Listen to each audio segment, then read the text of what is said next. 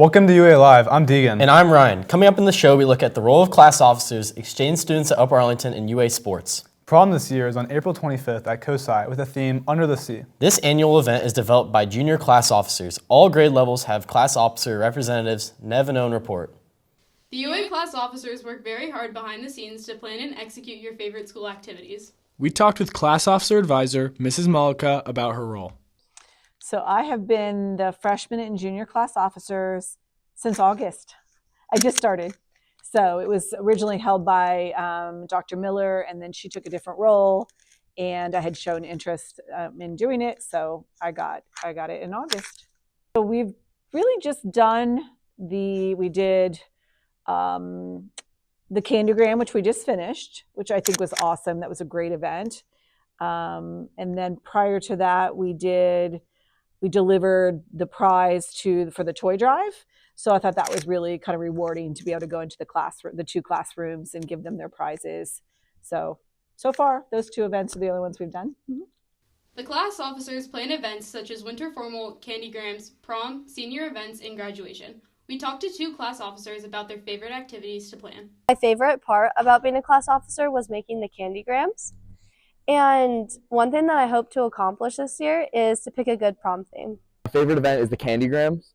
And then my goals for next year, I think I just want to make more money for the class officers just overall so we have more to spend for senior year. The class officers take attendance every year that they're on, and then that helps their chances for the next year. So it kind of goes into a lottery. So I think in the beginning of the year, the students, there's a form and we figure out who's interested, and then it's a lottery to choose the 10. Somebody that will show up, that's dependable, that wants to be there, wants to add to the school culture and activities. And did I mention dependability? The application process begins after spring break. Be on the lookout for an announcement on your class canvas page. This is Owen and Nev reporting for the WARL. If you have any questions about the application process, email amcginty@uaschools.org. Are you interested in experiencing another culture? Heading into a new school year, some students decide to study abroad. These are reports about exchange students here in the U.S. Every year, exchange students are coming to the U.S. to learn about the American culture. They leave their family and friends for 10 months and fly across the world to experience another culture.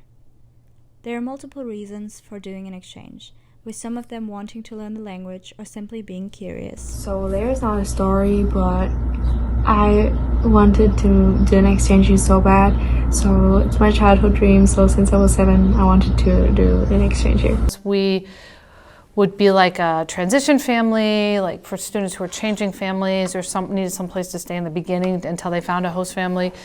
And we had an AFS chapter at my school, so I was in the club. So then I thought it was like really cool. I wanted to be involved, to be an exchange student, so I applied to be an exchange student. Before getting on the plane, there's a lot of time-consuming preparation. You need to find an exchange program, getting a visa, all required medical checkups, and insurance. Exchange years are expensive. The cost can vary between $8,000 and $25,000. Good thing, there are scholarships to apply to get a financial relief. And then I saw a program, it's called CBYX, Congress Bundestag Youth Exchange. It was established in 1983, and it's a program that allows young students who are politically interested to go into America. The most important thing is the host family. But why do families decide to welcome a stranger to their family? We got an exchange student because our youngest daughter, Bella, didn't want to be an only child. And we have 2 older girls that weren't going away to college. Both exchange student and families are going through a lot of paperwork to find the perfect match. First, you had to enter in some things that you would want as a family. I think it was like what type of food, religion, obviously a boy or a girl, and then it sent you host family letters, and you had to read through those and pick which one you thought would match best with your family. After arriving in the US, exchange students are finding a lot of differences between here and home. One thing definitely is how friendly and eager to conversate Americans are. People would just come up to me in school and ask how I was doing and how was my weekend, if America's great so far. And that's something we Germans can learn about, because Germans are very closed off people and don't really engage in small talk. While a lot of exchange students are having an amazing year, it needs to be considered that an exchange is not something for everyone. I do believe you have to be somewhat outgoing. I think it's hard for introverts. It doesn't mean that you have to be like super outgoing, but I think you have to be willing to, you have to make a little bit extra effort to make friends. The US welcomes over 30,000 exchange students annually in their high schools, and after 1 year sent them back with a lot of great memories, new connections across the world, and valuable knowledge. This is Lisa, reporting for the WARL. Live and Learn is not a school-sponsored program. Contact Senior Hayes at shayes@uaschools.org for any questions. Now we toss to sports with Mia and Dylan. What's up, Bears? Welcome to sports. It's postseason for our winter teams, and spring athletes attended Meet the Team on March 4th. Girls basketball lost to Groveport Madison 60-53 in the first round of the state tournament. Boys basketball played Hilliard-Davidson at home for the first round of the tournament on March 3rd. Elizabeth and Ellie report on their last home game celebrating the seniors. Basketball and cheer senior night was on Tuesday this week, honoring 4 boys basketball seniors and 9 cheer seniors. The basketball team beat Groveport Madison with a fairly close game, but ended up dominating the fourth quarter, securing the win.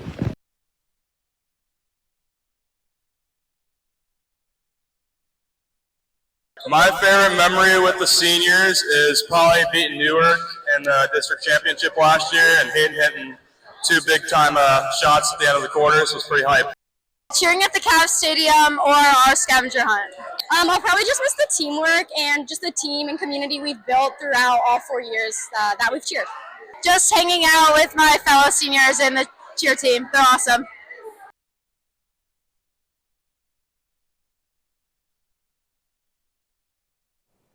The boys won and now play at Ohio Dominican on Saturday at 6:30 versus Pickerington Central for a chance at a district championship. Hosting sectionals this past Saturday, the Wrestling Bears secured the sectional team championship, finishing 29.5 points ahead of runner-up Mount Vernon. Special shout out to our 3 athletes that were individual champions, Grant Sedlick, Finn McHugh, and Tristan Phillips. Good luck to the wrestlers as they move into the next round. Gymnastics competes this Saturday, March 7th at Hilliard Bradley High School for their state team meet and Sunday, March 8th for their state individual meet. The Upper Arlington swim teams had an incredible postseason this year. Both teams were crowned district champs, setting a tone for a strong state run. The girls team won the Division I state title for the 2nd year in a row, while the boys team finished 4th overall. A great season from start to finish for the Golden Bears. Our divers competed on the last week in February in the state championship. Junior Mira Wigman placed 3rd and senior Maddie Vermillion placed 4th. Congrats to all our dive bears on a great season. Optimist basketball is a popular winter tradition for UA students. Lisa takes a look. For decades, the Upper Arlington Optimist basketball program has been existent. It was founded to provide a positive, inclusive environment for kids. It's built on the simple Optimist mission, bringing out the best in kids through sportsmanship and play. I talked to the Basketball League Commissioner, Jeff Prescott, about what challenges he faces. The largest challenges we face as an organization is that we have almost 1,000 kids, 2,000 parents. We've got scorekeepers, we've got officials, and we've got 6 gyms going on at a time. So it's a lot of logistics in terms of keeping everything moving and keeping everyone happy. But even though managing all the leagues from elementary school through high school can be very difficult, he enjoys his job. I love giving back to the community. I grew up in Upper Arlington. I played Optimist basketball. I was a big fan of the league when I was a player, and it's a great opportunity to give back and help kids today. Optimist basketball is an opportunity for students to try out this sport without the pressure to perform well. This is Lisa Lohman reporting for the WARL. Season started in January and wraps up with the championship game on Saturday, March 7th. Spring sports are in full swing with baseball, softball, lacrosse, and track and field starting this week. Boys tennis tryouts begin on March 9th. Owen checked out a boys junior tennis tournament.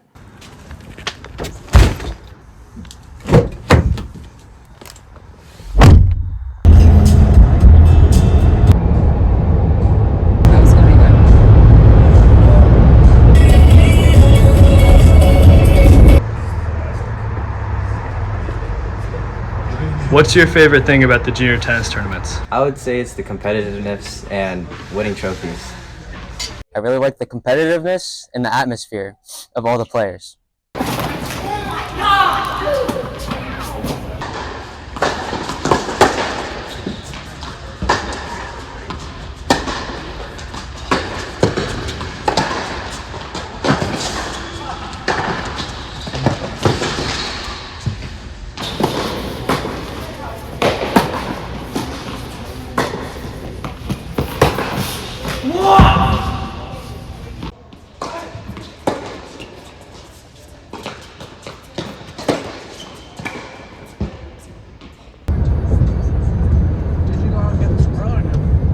I did.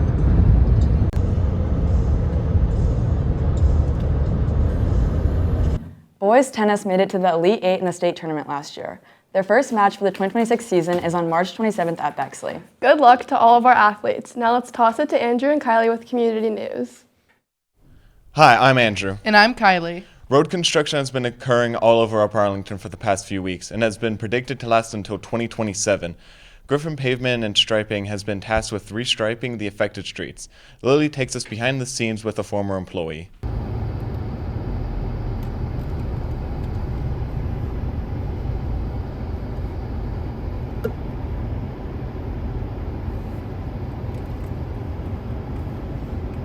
So Griffin Pavement Striping was founded in 1977. My grandfather was a civil engineer for 30 or 40 years. He had 5 kids. As a retirement income, he decided to start striping parking lots and other small, very small projects with a hand paint machine.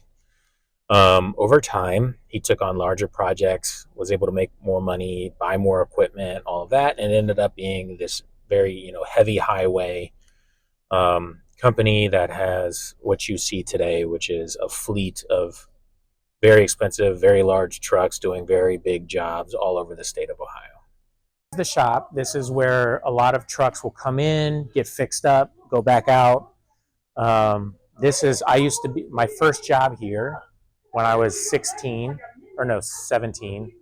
between my junior year and senior year of high school. I worked in this shop as a shop boy, and I cleaned up everything and helped with some of the mechanical stuff, helped with moving things on forklifts and all of the inventory. Just did all the odd jobs. It was the lowest person on the totem pole. You just did what anybody else would not be willing to do. So was it dangerous? Yes, it was very dangerous. There was a time when we were in Mansfield when a coworker of mine got hit by a car. He ended up breaking his pelvis, tearing his ACL. But beyond that, he's good, still working there. Great guy. So that happened. Some people, you're using torches sometimes. My brother lit his leg on fire accidentally once. I got injured a couple different times. One time when I was letting down one of these, they used to be on the strings, like metal chains, and I was letting it down and it slid and cut the tip of my finger pretty clear off. Did not feel good. This is one of the back garages. You'll see here, a lot of it's all bent up. I did take a truck, not this size, but actually the size back there, and on the way out, accidentally clipped this side and just pulled the whole building out a little bit. My grandfather and uncle were not that happy about it, but they used to call me Crash because I was prone to accidents. They taped it up.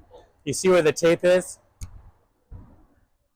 Right there. So those were forklift holes from when I accidentally put the forklift through the wall when I was unloading some crates and some pallets and just got a little too close to the building. Those have lasted for 20 years. No one has fixed them other than to put paint or to put tape on it from the outside. So the company was sold, so it's no longer family owned. I don't love that. I wish it was still in the family. I think that was a cool thing to have. Now, family still works there, so that's good, but it's not the same. It's much more corporate now. I also understand why it was sold, but if I was in the same position, I'm not sure I would have made the same choice. Would I like my kids to work there? I think it's up to them. I think I learned some of the most valuable life lessons I've ever experienced during my 5 years working there. It was the hardest job I've ever had. It was the most, in a lot of ways, demeaning job that I've ever had. But it taught me a lot about work ethic. It taught me a lot about the honor and the respect that should be given to people that do that every day, and just, the quality of the people. And I still utilize the lessons now. So yes, I would like my kids to, if they don't have that experience at Griffin Pavement, I would like them to have that experience doing something where they were challenged to the breaking point, essentially. Because there were many times where I would come home after work when I was like 16 or 17 years old and just be crying and it's like, why do I have to do this? I don't want to have to do this, but my parents kept forcing me back into doing it.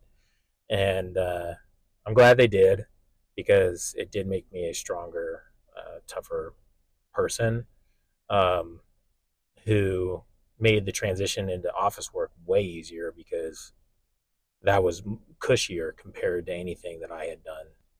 My advice to anyone that is starting in that job is to not do something that you don't know how to do.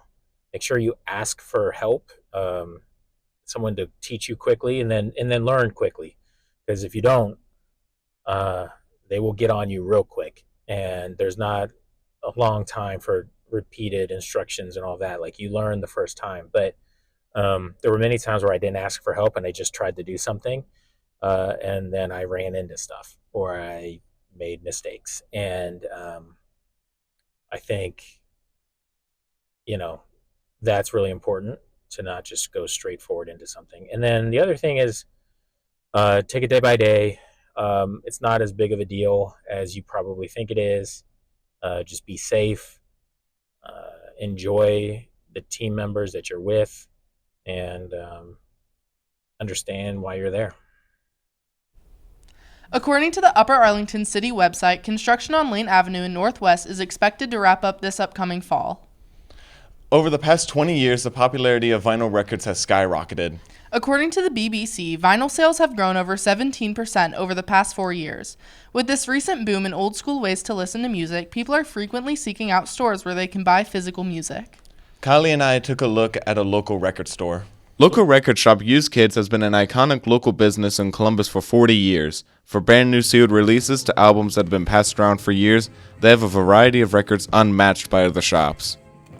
Used Kids opened the doors to their first location on High Street in 1986, which stood next door to competing record shop School Kids Records. After 30 years of business, they moved to their current location on Summit Street. Even after all this time, they still continue to expand and change their store, including growing their collection and community. Constantly expanding, constantly maybe like breaking down genres. Like, we now have like a very extensive post-punk section. Our metal section has broken down into death metal and doom metal. We have, so they're not only are there major genres, we tend to sometimes break things down a little bit further. This is like an old school record store. This is kind of how they've always worked.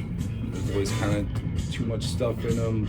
Lots of used records, some new records. Sometimes that's not the thing. That didn't used to be the case, but like nowadays, like everybody just kind of has everything. With this expansion, the customer base has also changed. You still have your general old school record nerd type of guys, the older dudes. But you have a lot more like youth, young kids coming in, buying new stuff, getting the new turntables, all that stuff, and just getting into the hobby, Used Kids isn't just a store, but also a music venue. With a built-in stage, the store has become an easy stop for local and touring artists. We do a lot of listening parties. We do First Fridays, which is the first Friday of every month.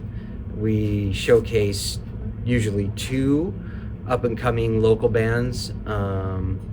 So every month there's like an injection of live music into the shop and into the community. Listening parties have also become an extremely popular event at the shop, during which they will give away merch and concert tickets. While Used Kids may seem like just another record store from the outside, inside you'll find one of the most historic local businesses in the Columbus area. Come to Used Kids Records and check out something that you've never heard before. Ask for a recommendation or just pick out a record by the way it looks. You can't go wrong. This has been Andrew Henry And Kylie Wimmer, reporting for the WARL. If you're interested in attending an event at Used Kids Records, check out their website, usedkidsrecords.com. For Catholics, Lent started on February 18th. This holiday is dedicated to finding ways to get closer to their faith. Annabelle reports on a tool that Catholic students and young adults can use to get closer to their faith.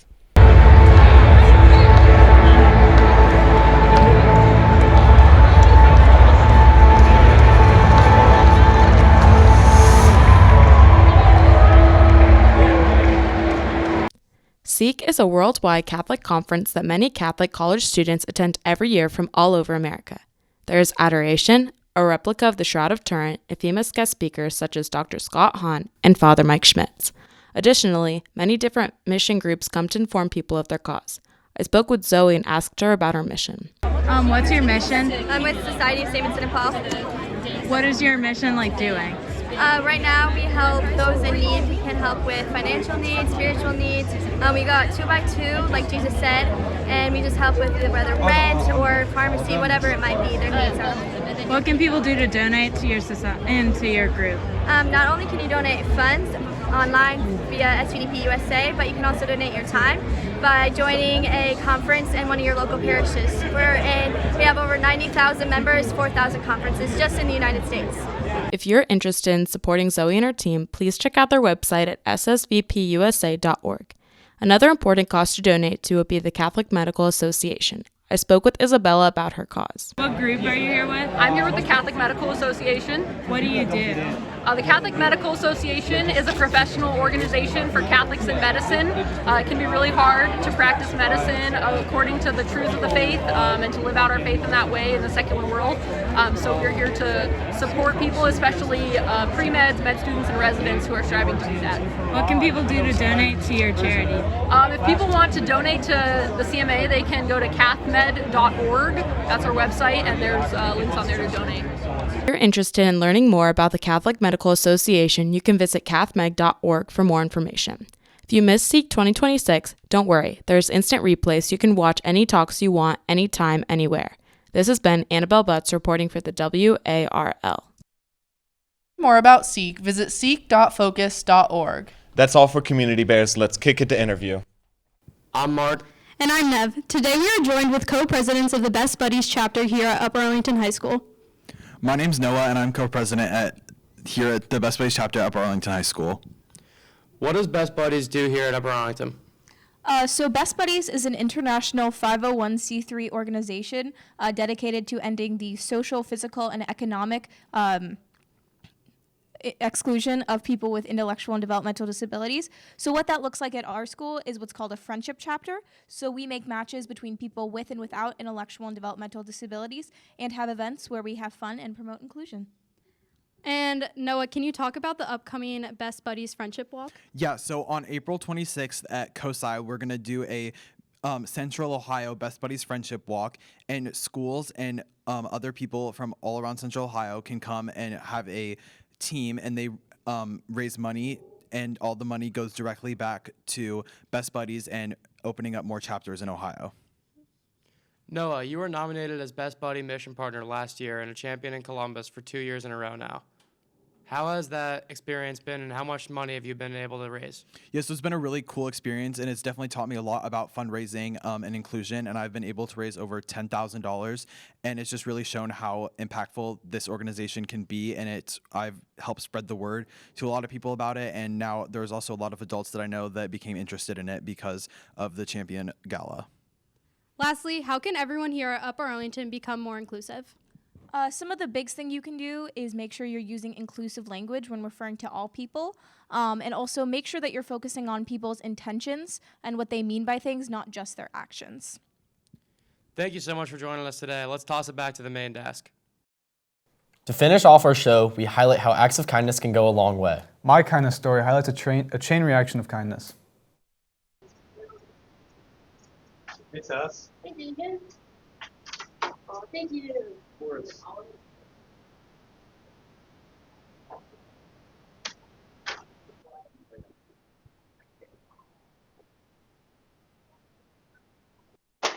Oh, my phone.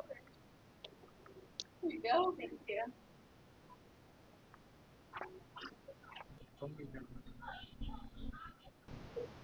I can't wait to go to Starbucks later. Yeah, me too. Then we can go shopping at Target and then maybe go visit. Yeah, let's do that. Hey Owen, do you want to sit with me and my friend? Yeah, I appreciate that. Thank you, Lisa. What a new company. Yeah, he's ready to play guy.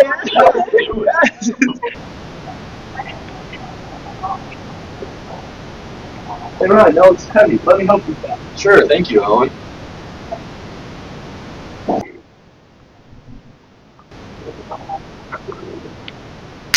Oh, wait, let me help you with that again. Thank you very much.